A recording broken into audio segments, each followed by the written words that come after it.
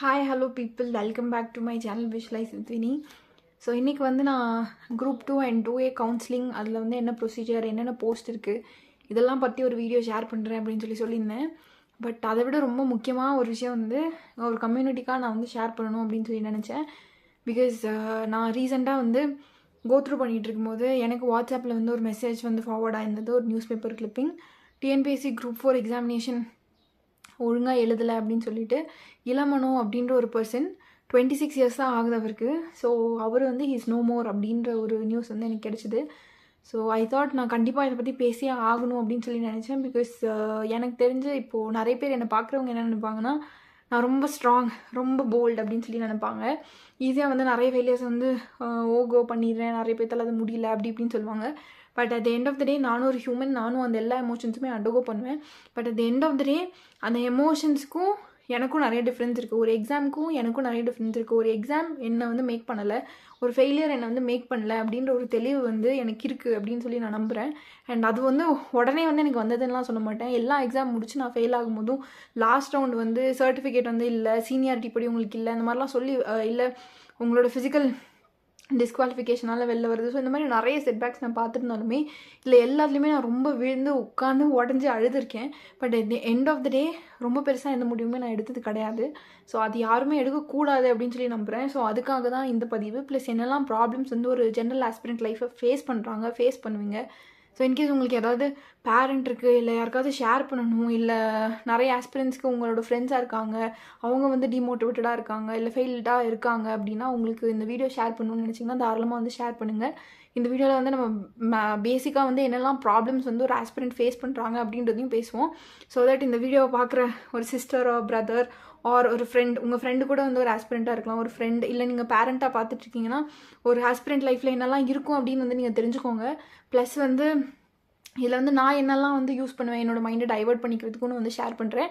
So உங்களுக்கு வந்து ஃப்யூச்சரில் வந்து அது யூஸ் ஆகும். இல்லை நீங்கள் இந்த மாதிரி கரண்ட் சிச்சுவேஷன் இருக்கீங்கன்னா நீங்கள் எப்படி வந்து மூவ் ஆன் ஆகி போய்க்கலாம் அப்படின்றதையுமே வந்து இந்த வீடியோவில் டீட்டெயிலாக டிஸ்கஸ் பண்ணுறேன். So let's get started.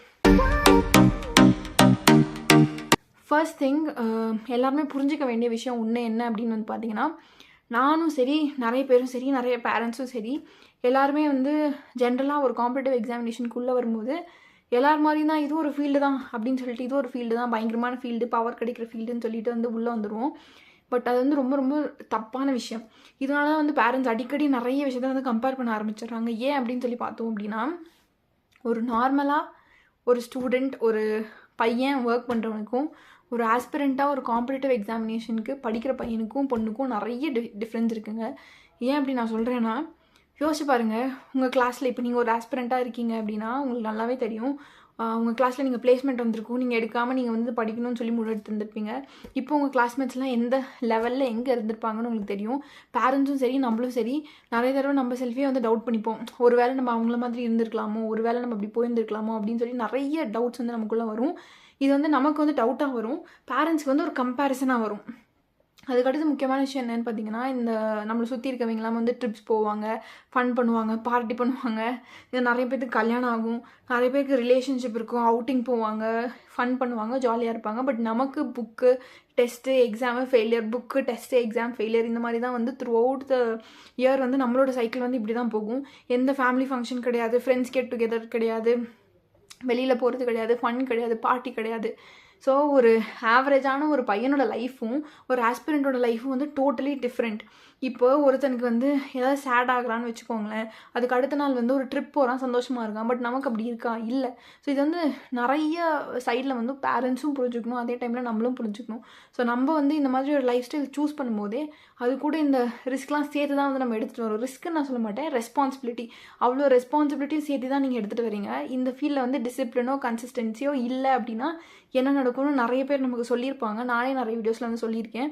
அந்த கன்சிஸ்டன்சி, டிசிப்ளின் எல்லாமே ரொம்ப ரொம்ப முக்கியம். அப்படி இருந்தால் மட்டும்தான் நீங்கள் ஒரு எக்ஸாமை கிளியர் பண்ண முடியும். அப்படின்போது இந்த எல்லா சாக்ரிஃபைஸும் சேர்த்து தான் ஒரு ஆஸ்பிரண்ட்டோட லைஃப் இருக்குது.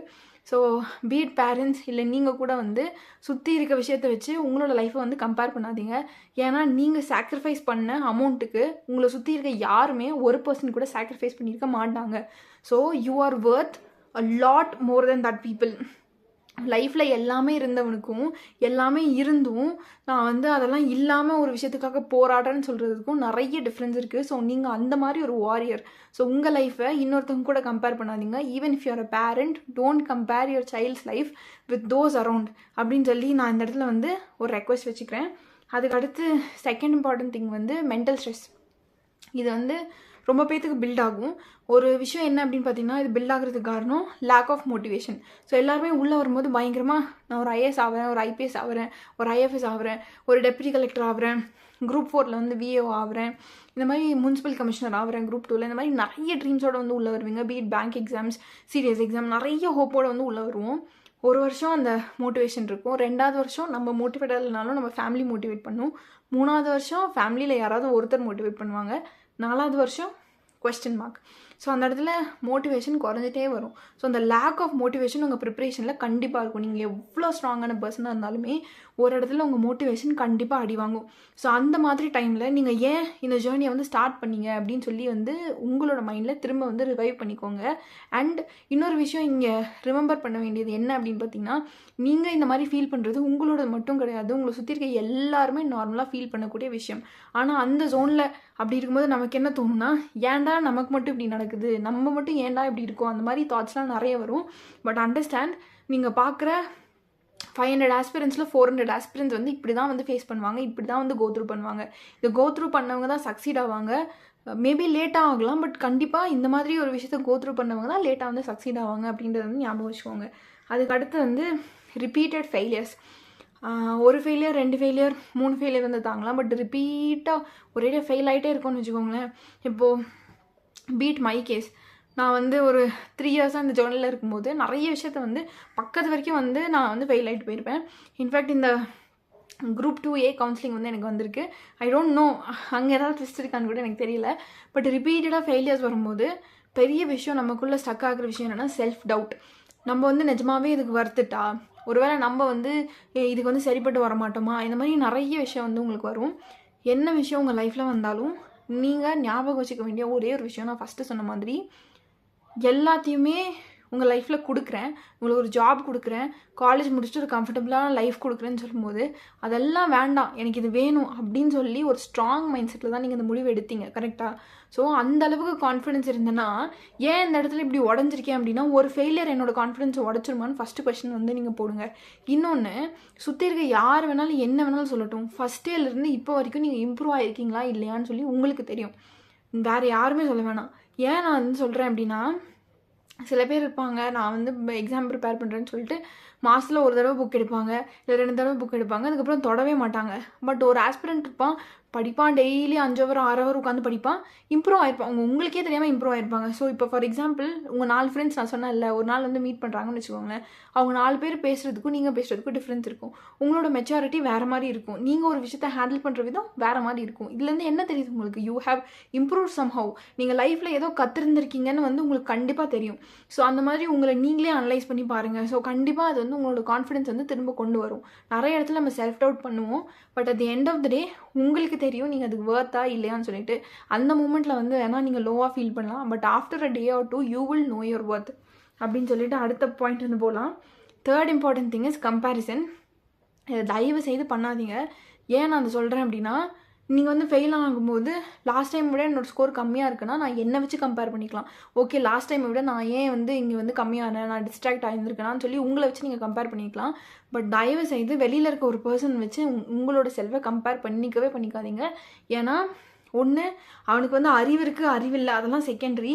பட் நம்ம எல்லாருமே ஞாபகம் வச்சுக்க வேண்டிய விஷயம் என்ன, ஒரு பெரிய விஷயம் என்ன அப்படின்னு பார்த்தீங்கன்னா, அவன் வந்த சூழல், ஆப்பர்ச்சுனிட்டி, ஃபேமிலி சிச்சுவேஷன் எல்லாம் வேறையாக இருந்திருக்கும். நீங்கள் வந்த சூழல், ஆப்பர்ச்சுனிட்டி எல்லாமே வேறையாக இருந்திருக்கும். ஸோ நம்ம எல்லாருமே அன்ஈக்குவலான ஆப்பர்ச்சுனிட்டி இருக்க ஒரு என்விரான்மெண்ட், ஒரு சொசைட்டியில் வளர்ந்துட்டு எல்லாரோட மைண்டும் ஈக்குவலாக இருக்கணும்னு நினைக்கிறதே ஒரு தப்பான விஷயம். ஸோ அதனால் அந்த மாதிரி ஒரு விஷயத்தை வந்து கம்பேரே பண்ணாதீங்க. ஒரு வேளை உங்களால் அவங்களுக்கு அவங்க அளவுக்கு இம்ப்ரூவ் ஆக முடியலனாலும் ஸ்டெப் பை ஸ்டெப் வந்து நீங்கள் இம்ப்ரூவ் ஆகிட்டே போயிட்டே இருந்திருப்பீங்க.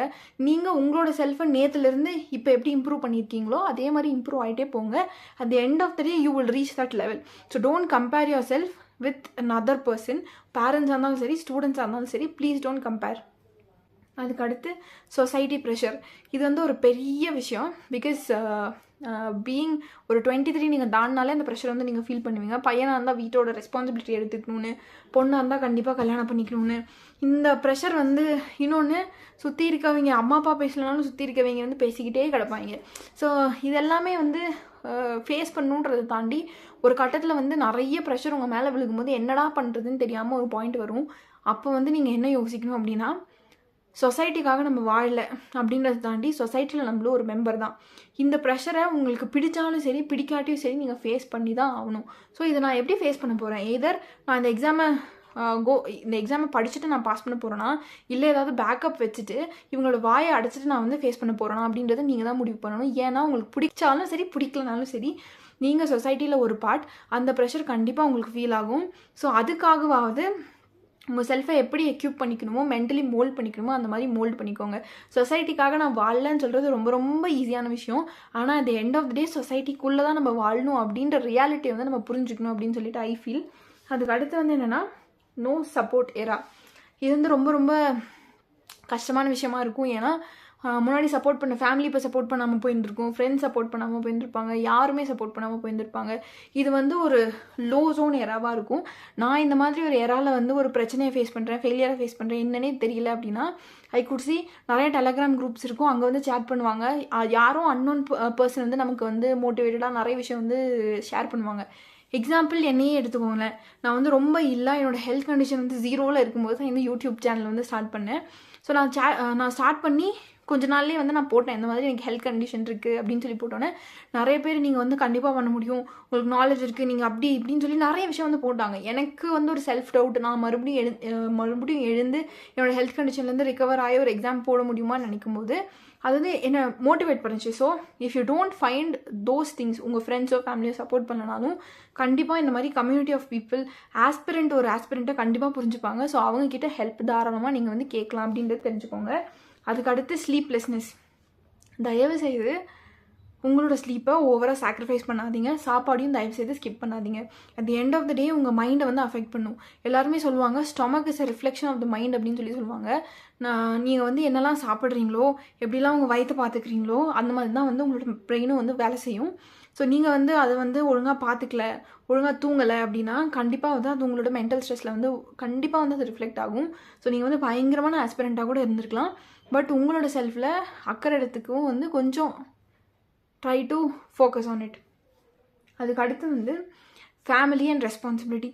அஃப்கோர்ஸ் நான் நிறைய பேர் வந்து இந்த சூழலில் வந்து நம்ம அதிகமாக ஃபேஸ் பண்ணுற ப்ராப்ளம் வந்து இதில் தான் இருக்கும். ஒரு கட்டத்துக்கு மேலே ஒரு 22-23 இயர்ஸ் வரைக்குமே வந்து அவங்க சப்போர்ட் பண்ணுவாங்க. But if you go on to 25 and 25 above நிறைய ப்ரெஷர்ஸ் வரும், ரெஸ்பான்சிபிலிட்டி எடுத்துக்கணும்னு வரும், இது எல்லாமே வந்து வரும். இது எல்லாமே வந்து ரொம்ப நார்மலான விஷயம். நம்ம பிரச்சனை என்ன அப்படின்னு பார்த்தீங்கன்னா, அந்த சுச்சுவேஷன்லேருந்து பார்க்கும்போது நமக்கு மட்டும் தான் இது நடக்குது, ஏன்டா நமக்கு இப்படி இருக்குது அப்படின்னு வந்து தோணும். பட் அண்டர்ஸ்டாண்ட், எல்லாத்துக்குமே இதுதான் நடக்கும். அண்ட் நீங்கள் வந்து க்ராஸ் பண்ணிடுவீங்க அப்படின்னு சொல்லி நம்புங்க. ஏன் நான் அதை சொல்கிறேன்றது வந்து பின்னாடி வந்து இல் ஜஸ்டிஃபைட். அதுக்கு அடுத்து வந்து இன்னொரு முக்கியமான விஷயம் நீங்கள் மண்டையில் ஏற்றிக்க வேண்டியது என்ன அப்படின்னு வந்து பார்த்தீங்கன்னா, this is a result orient society. நம்ம வந்து ஒத்துக்கிட்டாலும் சரி ஒத்துக்கலனாலும் சரி, this is a pure result orient சொசைட்டிங்க. நீங்கள் வந்து எவ்வளோ விஷயம் பண்ணீங்க, என்னெல்லாம் படிச்சிங்க, நீங்கள் எவ்வளோ வைஸாக மாறி இருந்திருக்கீங்க, நீங்கள் நிறைய பேருக்கு நல்லது பண்ணீங்களா இல்லையா, நீங்கள் வந்து இன்டெலெக்சுவலாக இல்லையா, இந்த மாதிரி யாருமே எந்த கொஷினும் உங்களை வந்து கேட்க போகிறது கிடையாது. நீங்கள் ரிசல்ட்டில் பாஸாக ஃபெயிலாக இது மட்டும்தான் வந்து கேட்க போகிறாங்க. வேறு எதுவுமே கேட்க போகிறது கிடையாது. ஏன்னா இந்த சொசைட்டியே வந்து ரிசல்ட் ஓரியன்ட் சொசைட்டி தான். நீங்கள் வந்து போடுற எஃபர்ட்டை வந்து யாருமே மதிக்க போகிறது கிடையாது, ரிசல்ட்டை மட்டும் தான் மதிக்க போகிறாங்கன்றதை ஃபஸ்ட்டு வந்து உங்கள் மண்டையில் ஏற்றிக்கோங்க.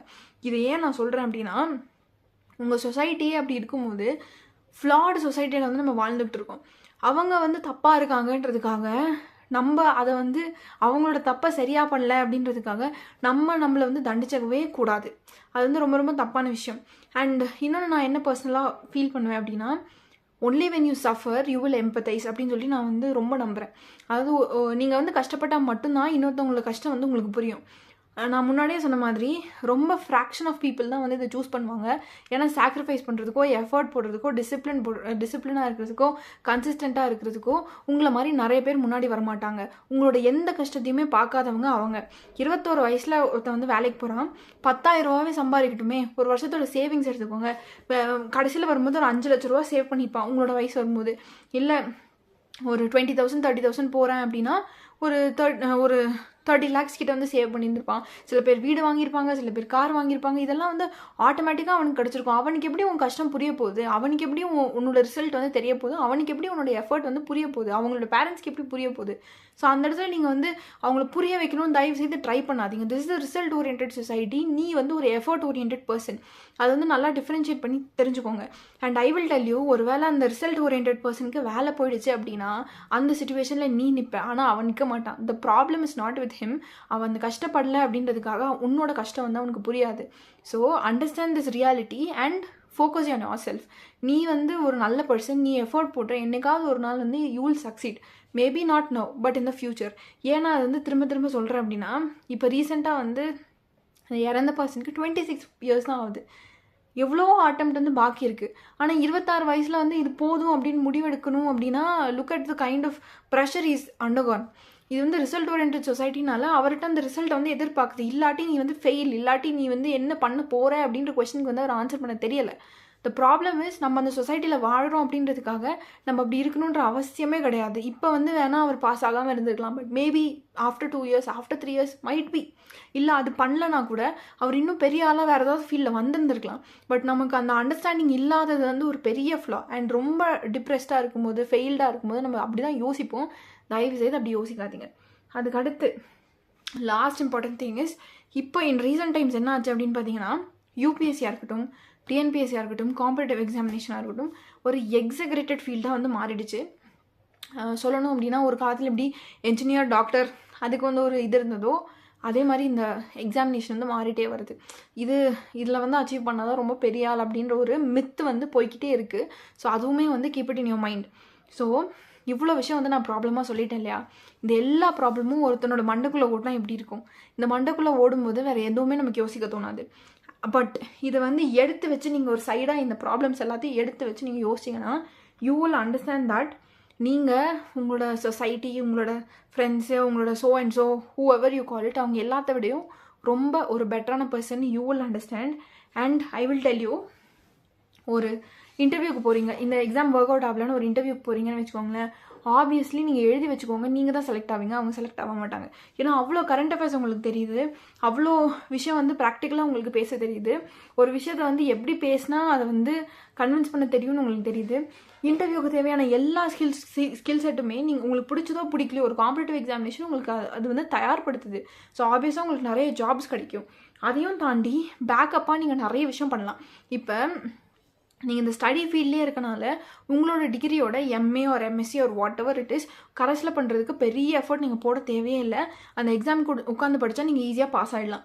ஆனால் உங்கள் ஃப்ரெண்ட்ஸால் ஒர்க் பண்ணிவிட்டு இது பண்ணுறது ரொம்ப கஷ்டமாக இருக்கும். இன்னொன்று அவங்க ஸ்டடி என்வரன்மெண்ட்டை தாண்டிட்டனால இது பண்ணணும்னு யோசிக்கவே மாட்டாங்க.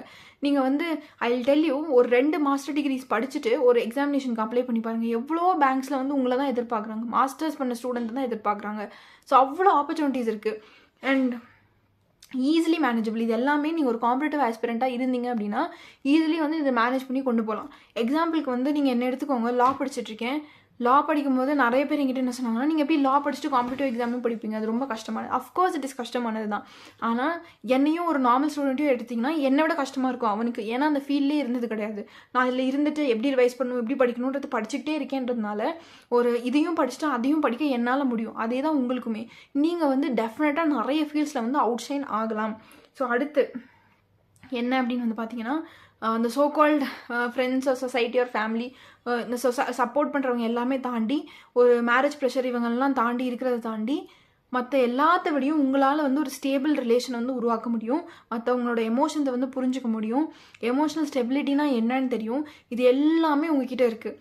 அண்ட் இந்த ஃபீல்டு ஒர்க் ஆகலை அப்படின்னா ட்ரஸ்ட் மீ, இது ஒர்க் ஆகலை, நீங்கள் ஃபெயில் ஆகிட்டீங்க, உங்களை லாஸ்ட் அட்டெம்ப்டில் கூட நீங்கள் ஃபெயில் ஆகிட்டிங்கன்னா வெளியில் வரும்போது நீங்கள் ஒரு ஃபெயிலியராக கண்டிப்பாக வர மாட்டீங்க. ஒரு காம்படிட்டிவ் எக்ஸாமினேஷன் ஸ்டூடெண்ட் கண்டிப்பாக நானே சர்வைவ் ஆகிற அளவுக்கு ஒரு 10,000 20,000 சம்பாதிக்கிற கெப்பாசிட்டி உங்களுக்கு இருக்கும். நீங்கள் வந்து வேறு ஒர்க் பண்ணவே இல்லை, எக்ஸ்பீரியன்ஸ் உங்கள்கிட்ட கிடையாதுன்னா கூட எப்படி தனியாக சர்வைவ் பண்ணுறன்ற ஸ்கில் வந்து உங்ககிட்ட இருக்கும். ஆனால் இந்த எல்லா ப்ராப்ளம்ஸும் இருக்கும்போது நம்ம வந்து நம்மளை அப்படி யோசிக்கவே மாட்டோம். செல்ஃப் டவுட்டில் யாருமே நம்மளை அவ்வளோ கீழே வந்து நினச்சிருக்க மாட்டாங்க. நம்மளே நம்மளை அவ்வளோ கீழே வந்து நினச்சிருந்துருப்போம். ஸோ அதை வந்து பண்ணவே பண்ணாதீங்க. லாஸ்ட் இம்பார்ட்டன்ட் திங் நான் என்ன சொல்லணும்னு நினைக்கிறேன் அப்படின்னா, மீ டைம்ன்றது ரொம்ப ரொம்ப இம்பார்ட்டண்ட். ஹாபின்றது ரொம்ப ரொம்ப important. Friendship R relationship or ஒரு மென்டர் இல்லை யாராவது ஒருத்தவங்க கிட்ட பேசுகிறது ரொம்ப ரொம்ப இம்பார்ட்டண்ட். உங்களுக்குள்ளேயே நிறைய விஷயம் வச்சுருந்தீங்க அப்படின்னா at the end of the day நீங்கள் அதிகமாக அதை பற்றி யோசிப்பீங்க. அண்ட் இன்னொரு பெர்ஸ்பெக்டிவ் வந்து உங்களுக்கு கிடைக்கவே கிடைக்காது.